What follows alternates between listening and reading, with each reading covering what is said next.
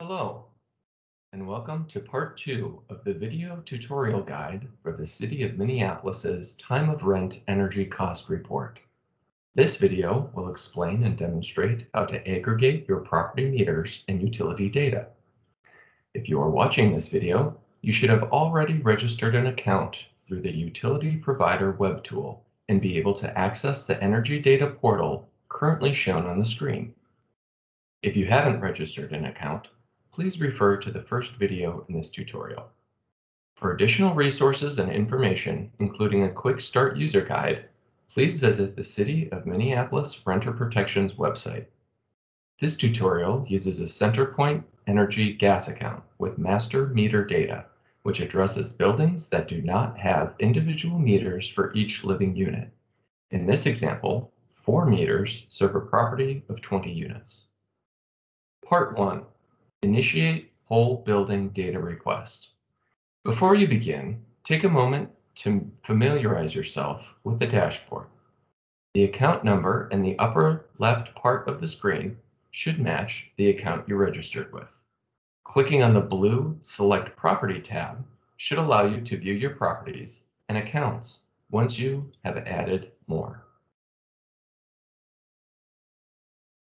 Clicking on the Charts, Data, and Property tabs will give you more information about your property's energy consumption and costs. Take a moment to make sure the information displayed aligns with the bill information you have. Initiating data request. On the top middle of your screen, click the Initiate Request button. Identify the building by a name of your choosing in the building name field.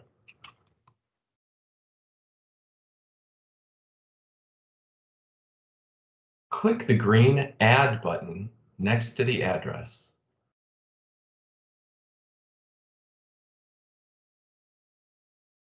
You should then see this address added to the field below under Service Locations comprising Target Building. From the drop-down box, select your relationship to the building, either building owner or property manager.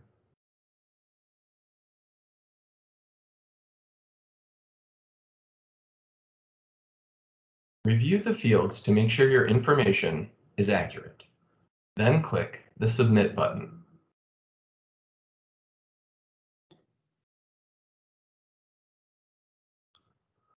Next, a pop-up screen should list the number of meters served at this address. For this example of a building served by 4 master meters paid for by the property owner, all 4 meters are shown. If this data is correct, click the Submit button. If this data is incorrect, click the Back button and add additional service addresses.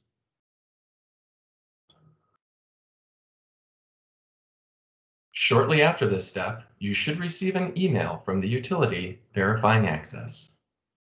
Returning to the dashboard, click once more on the Select Property tab in the upper left and verify your building name is in the drop-down list along with the meters. Please note that this process must be completed for each building that is required to provide an energy report. Part 2, adding additional buildings. If you have multiple buildings, you will need to add them to your account to create the required energy reports.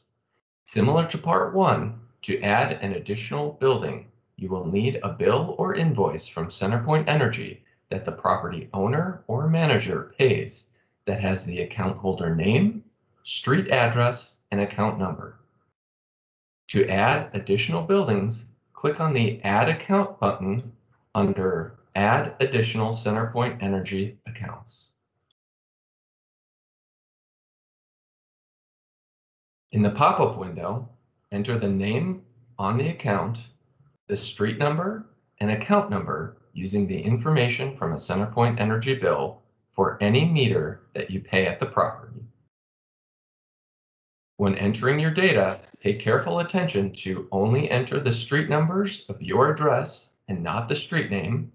Enter the exact customer name text as shown on the first line of the billing address. Do not enter the dash or number after the dash in the CenterPoint account number, and be sure to distinguish between zeros and O's, lowercase l's and capital I's, and other common text errors.